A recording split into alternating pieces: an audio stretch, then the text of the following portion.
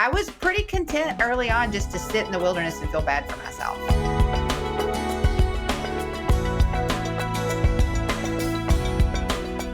We were talking about different characters in the Bible and their perspective and how God used them.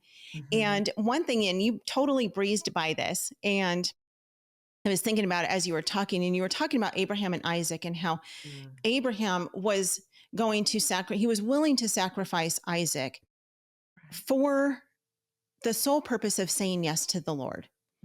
And the Lord, of course, as we know, if you've read the story, he spared Isaac's life, but that was not a lesson in whether or not Abraham would be able to sacrifice his son. It was whether or not he would be willing to sacrifice his son. Right. And as we look at homeschooling, I think a lot of times, and I see this on social media all the time, I think oftentimes as parents, especially those new parents who are taking their kids out of school, maybe this is their first year homeschooling, they think that they are sacrificing their kids by homeschooling them and taking them out of school. They think it's going to be a sacrifice, for their whole family, and that it's somehow their kids are going to suffer because they're not going to be in the school system. They're not going to have all of their friends. Maybe they're not going to have the opportunities for sports, which maybe that's not going to lead to opportunities for them to go to the college that they want to go to, or whatever it is. And we feel like, oh, the suffering that they're going to endure and this sacrifice, I'm putting my child on the altar of homeschooling. And that's not right. We are called to disciple and train the hearts of our kids. And that is never a sacrifice. And I don't know of any parents, I'm sure there are probably some, but I don't know of any parents, and yourself, Rachel, you said you just graduated your last child, number 7. Would you ever look back and say, I really regretted homeschooling my kids. I really regretted having them home with me. I wish that I had not sacrificed them that way. I wish that I had put them in school and allowed someone else to do the work, or allowed them to have the social life that I think they wanted, or allowed them to have prom, or allowed them to have a football team and cheerleading and all the things that we think are normal in society. And I don't know any homeschool moms who get to the end who have been intentional about educating their kids and say, man, I really regret that. I wish I had made a different choice. Yeah. Rats. We should have put them on the bus every day. Right. Right. We should have subjected them to all that ideology and the bullying and all, Yeah. Yeah. No, I don't. The regrets that I have are the regrets that I think every homeschool mother has is I wish we'd read that book or more, or I wish I'd let that go. Right. That's the kind of, and then even then you still have to give it to God because he redeems all those things. Right. Right. But yeah, I don't regret that.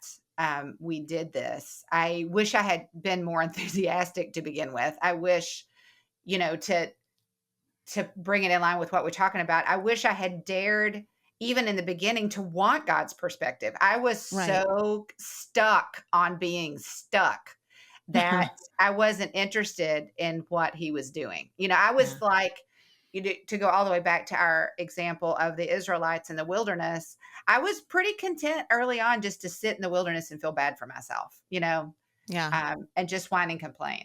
So I wish I had dared. I don't, it's never insta perspective. It's not, I talk a lot about the fact that there's no such thing as pixie dust or a magic wand. I'm sorry to bring that news to somebody today, but it's just the truth. God is drawing us. He's molding us. He's making us, and it's never instant. It's always a process. And I would suggest to you that is good news. I have a couple of artists. I've raised a couple of artists, and not because I am one, but because that's what God did. So, but I've watched them painstakingly create. It's never instant. There's, if it's an illustration, there's the sketching period and the, really, really rough strokes. If it's sculpture, it's rough, right? If it's painting, starts out as a glob of clay. Yeah. And so it's a powerful thing to step back and look at a creative create. And it's funny because I think that's what God's trying to do. I mean, I'm this clump of clay. I think at least I really do think I've made progress. My name is Rachel, and I'm a recovering block of granite that, God had to clobber, I don't think I'm as rock hard as I was to begin with. Mm-hmm. Glory to God. But I look back and I just think, man, and he saw something there. I don't know who could have seen anything but God, right? Yeah. Because I was just so set on what I wanted to do and my perspective and he was so kind and so gracious to extend to me, no, honey, I have something better for you. And I think that's why, and I think you and I share this, that's why I jump up and down about homeschooling, right? Yeah. It's this means by which it's not the homeschooling. I mean, I know that yeah. Right. I mean, my caveat to that is it is, but it's not, right? It's so much more than that. It is, and you talk about getting a perspective. If you can just elevate your perspective above reading, writing, and arithmetic for just a minute and consider, what might God do? Yeah. What might God do in all of this stuff that you have no idea what you're doing, in all of these learning challenges, in the chaos of your house? You don't even have a space to do this, in your finances. I think a way we can turn it around is, instead of I can't, what might God do?